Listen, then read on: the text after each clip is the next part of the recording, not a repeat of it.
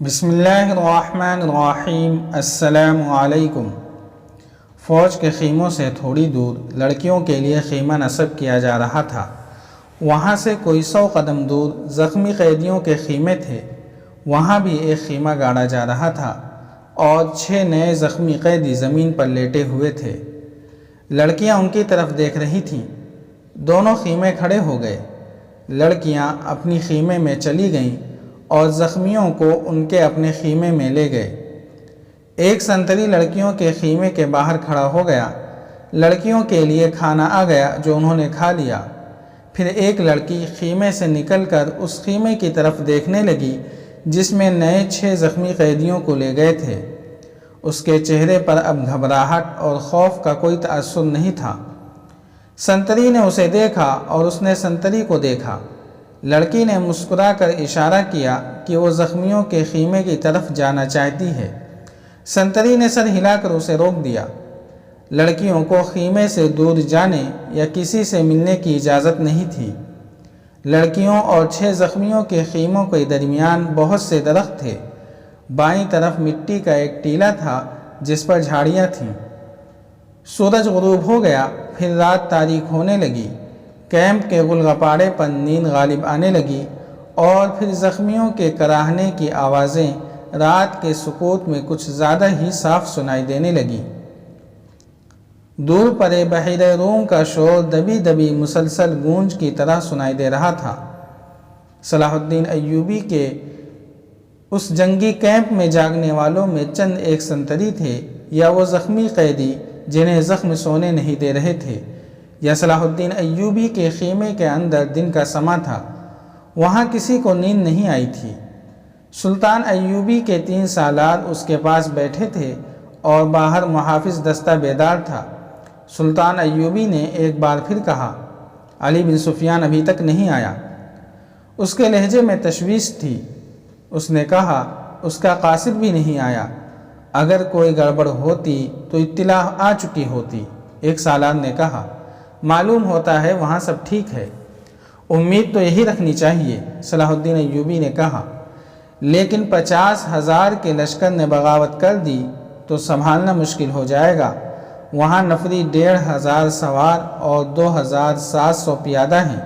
ان کے مقابلے میں سوڈانی بہتر اور تجربہ کار عسکری ہیں اور تعداد میں بہت زیادہ۔ ناجی اور اس کے سازشی ٹولے کے خاتمے کے بعد بغاوت ممکن نظر نہیں آتی۔ ایک اور سالار نے کہا، قیادت کے بغیر سپاہی بغاوت نہیں کریں گے۔ پیش بندی ضروری ہے، صلاح الدین ایوبی نے کہا، لیکن علی آ جائے تو پتہ چلے گا کہ پیش بندی کس قسم کی جائے۔ صلیبیوں کو روکنے کے لیے تو صلاح الدین ایوبی خود آیا تھا، لیکن دارالحکومت میں سوڈانی فوج کی بغاوت کا خطرہ تھا۔ علی بن سفیان کو سلطان ایوبی نے وہیں چھوڑ دیا تھا تاکہ وہ سوڈانی لشکر پر نظر رکھے اور بغاوت کو اپنے خصوصی فن سے دبانے کی کوشش کرے۔ اسے اب تک صلاح الدین ایوبی کے پاس آ کر وہاں کے احوال و کوائف بتانے تھے، مگر وہ نہیں آیا تھا، جس سے صلاح الدین ایوبی بے چین ہو رہا تھا۔ وہ جب اپنے سالاروں کے ساتھ قاہرہ کی صورتحال کے متعلق باتیں کر رہا تھا، اس کا تمام کیمپ گہری نیند سو چکا تھا، مگر وہ 7 لڑکیاں جاگ رہی تھیں جنہیں سلطان ایوبی نے پناہ میں لے لیا تھا۔ ایک بار سنتری نے خیمے کا پردہ اٹھا کر دیکھا، اندر دیا جل رہا تھا۔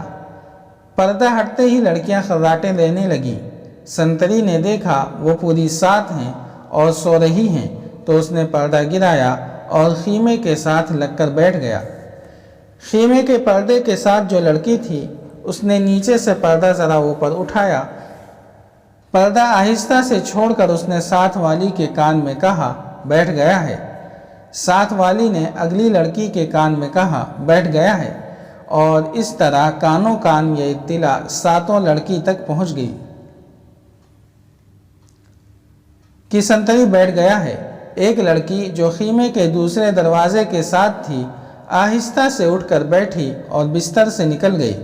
بستر زمین پر بچھے تھے، اس لیے اوپر لینے والے کمبل اس طرح بستر پر ڈال دیے جیسے ان کے نیچے لڑکی لیٹی ہوئی ہے۔ وہ پاؤں پر سرکتی خیمے کے دروازے تک گئی، پردہ ہٹایا اور باہر نکل گئی۔ باقی 6 لڑکیوں نے آہستہ آہستہ خراٹے لینے شروع کر دیے۔ سنتری کو معلوم تھا کہ یہ سمندر سے بچ کر نکلی ہوئی پناہ گزین لڑکیاں ہیں، کوئی خطرناک قیدی تو نہیں۔ وہ بیٹھ کر اونگتا رہا۔ لڑکی دبے پاؤں ایسے رخ پر ٹیلے کی طرف چلتی گئی جس رخ سے اس کے اور سنتری کے درمیان خیمہ حائل رہا۔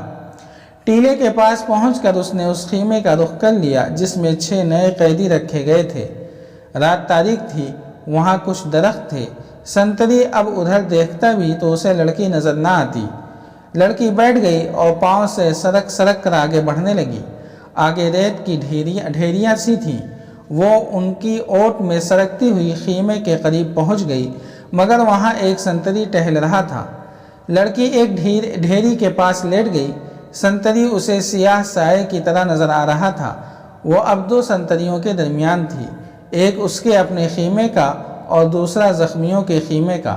اسے ڈر یہ تھا کہ زخمیوں کا سنتری اس کی طرف آ گیا تو وہ پکڑی جائے گی۔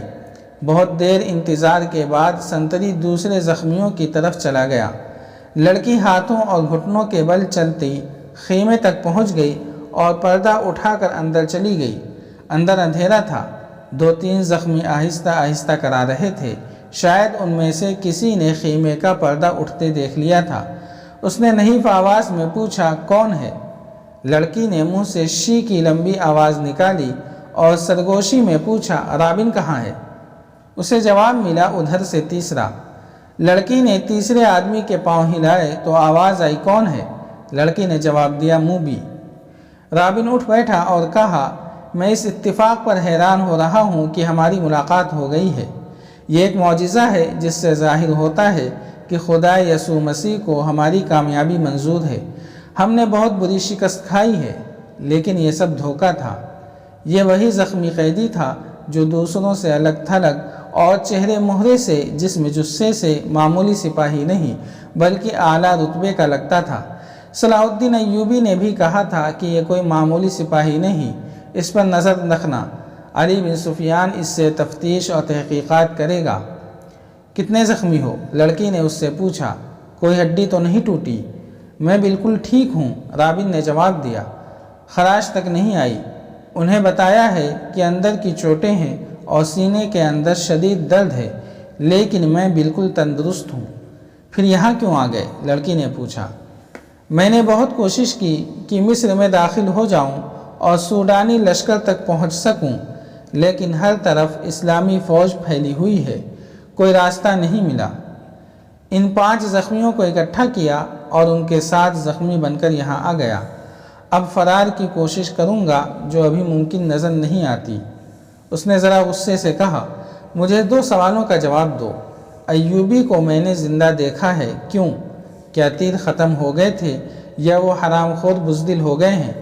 اور دوسرا سوال یہ ہے کہ تم 7 کی 7 لڑکیاں مسلمانوں کی قید میں کیوں آ گئیں؟ کیا وہ 5 مر گئے ہیں یا بھاگ گئے ہیں؟ وہ زندہ ہیں، رابن، موبی نے کہا۔ تم کہتے ہو کہ خدا یسوع مسیح کو ہماری کامیابی منظور ہے، لیکن میں کہتی ہوں کہ ہمارا خدا ہمیں کسی گناہ کی سزا دے رہا ہے۔ صلاح الدین ایوبی اس لیے زندہ ہے کہ تیر اس کے پاؤں کے درمیان ریت میں لگا تھا۔ کیا تیر کسی لڑکی نے چلایا تھا؟ رابن نے پوچھا۔ کرسٹوفر کہاں تھا؟ اسی نے تیر چلایا تھا، مگر کرسٹوفر کا تیر خطا گیا، رابن نے حیرت سے تڑپ کر پوچھا۔ وہ کرسٹوفر جس کی تیر اندازی نے شاہ آگسٹس کو حیران کر دیا اور اس کی ذاتی تلوار انعام میں لی تھی، یہاں آ کر اس کا نشانہ اتنا چک گیا کہ 6 فٹ لمبا اور 3 فٹ چوڑا صلاح الدین ایوبی اس کے تیر سے بچ گیا۔ بدبخت کے ہاتھ ڈر سے کانپ گئے ہوں گے۔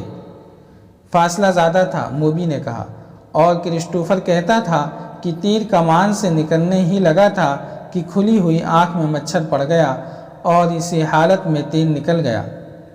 پھر کیا ہوا؟ جو ہونا چاہیے تھا، موبی نے کہا۔ صلاح الدین ایوبی ساحل پر گیا تھا تو اس کے ساتھ 3 کمانڈر تھے اور 4 محافظوں کا دستہ تھا۔ وہ ہر طرف پھیل گئے۔ یہ تو ہماری خوش قسمتی تھی کہ علاقہ چٹانی تھا۔ کرسٹوفر بچ کر نکل آیا اور پھر ہمیں اتنا وقت مل گیا کہ ترکش اور کمان ریت میں دبا کر اوپر اونٹ بٹھا دیا۔ سپاہی آ گئے تو کرسٹوفر نے انہیں بتایا کہ وہ 5 مراکش کے تاجر ہیں اور یہ لڑکیاں سمندر سے نکل کر ہماری پناہ میں آئی ہیں۔ مسلمان سپاہیوں نے ہمارے سامان کی تلاشی لی، انہیں تجارتی سامان کے سوا کچھ بھی نہ ملا۔ وہ ہم سب کو صلاح الدین ایوبی کے سامنے لے گئے۔ ہم نے یہ ظاہر کیا کہ ہم سسلی زبان کے سوا اور کوئی زبان نہیں جانتی۔ کرسٹوفر نے ایوبی سے کہا کہ وہ ہماری زبان جانتا ہے۔ ہم 7 لڑکیوں نے چہروں پر گھبراہٹ اور خوف پیدا کر لیا۔ موبی نے رابن کو وہ ساری باتیں سنائی جو سلطان ایوبی کے ساتھ ہوئی تھیں۔ یہ 7 لڑکیاں اور 5 آدمی جو مراکشی تاجروں کے بھیس میں تھے، حملے سے 2 روز پہلے ساحل پر اتر گئے تھے۔ جاری ہے۔ اگر آپ کو یہ قسط وار سلسلہ پسند آ رہا ہے تو لائک، شیئر اور کمنٹ کے ذریعے ہماری حوصلہ افزائی کریں۔ جزاک اللہ خیرا۔